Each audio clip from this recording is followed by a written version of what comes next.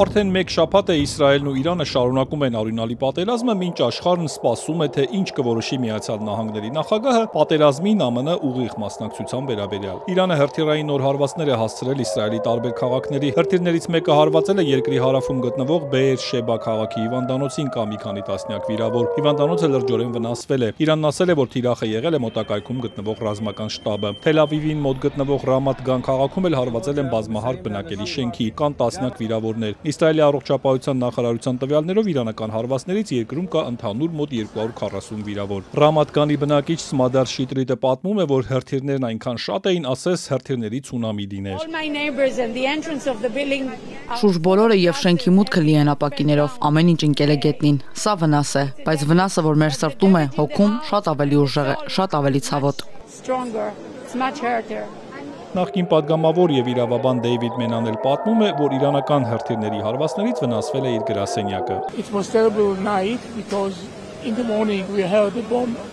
Սարսափելի գիշեր էր, առավոտյան լսեցինք ռումբի ձայն եւ պատուհանից տեսա, թե ինչ է կատարվում, շատ ծանր իրավիճակ է, բոլոր պատուհանները կոտրված են, հուսով ենք, որ ամեն ինչ լավ կլինի։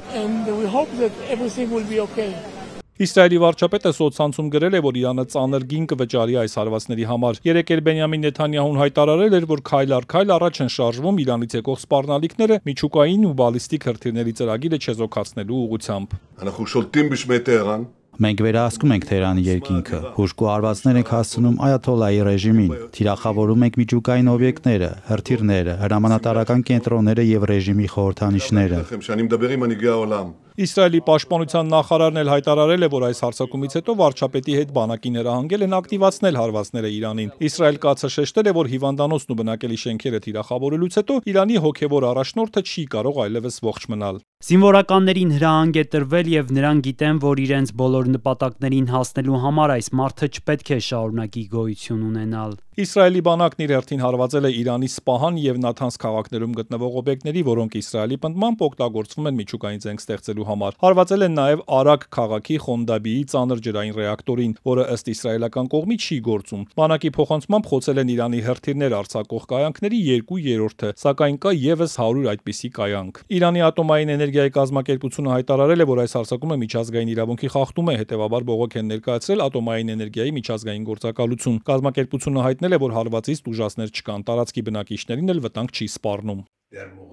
Իրանի հոգևոր առաջնորդն իրանցիներին կոչ է արել ամուր լինել։ Եթե թշնամին զգա, որ վախենում եք իրենից, նա ձեզ բաց չի թողնի, սոցցանցում գրել է այաթոլլա Ալի Խամենեին։ Իրանի արտգործնախարարն է սոցցանցում իսրայելցիներին կոչ է արել հետևել տարհանման իրենց հրահանգներին եւ խուսափել ռազմական եւ հետախուզական օբյեկտներին մոտ լինելուց։ Աբբաս Արաղչին գրել է, որ Իրանի զինուժը կշարունակի հարվածել Իսրայելին այնքան, մինչեւ նրանք չդադարեցնեն իրենց մեջ բերում են հանցավոր ագրեսիան։ Մինչ կողմերը հարվածում են իրար, Միացյալ Նահանգների նախագահը հայտարարել է, որ պատերազմին ԱՄՆ ուղիղ մասնակցության մասով դեռ վերջնական որոշում չունի, սակայն պատրաստ են ամեն սցենարի։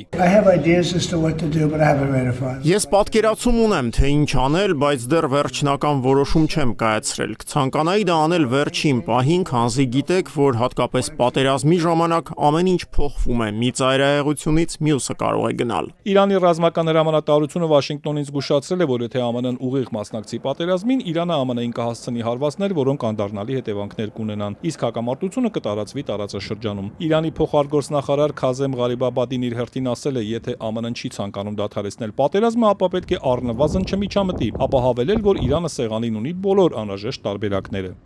Եթե Միացյալ Նահանգները ցանկանա ակտիվորեն միջամտել Իսրայելին աջակցելու համար, Իրանն այլ տարբերակ չի ունենա, քան օգտագործել իր գործիքները ագրեսորներին դաս տալու եւ իրեն պաշտպանելու համար։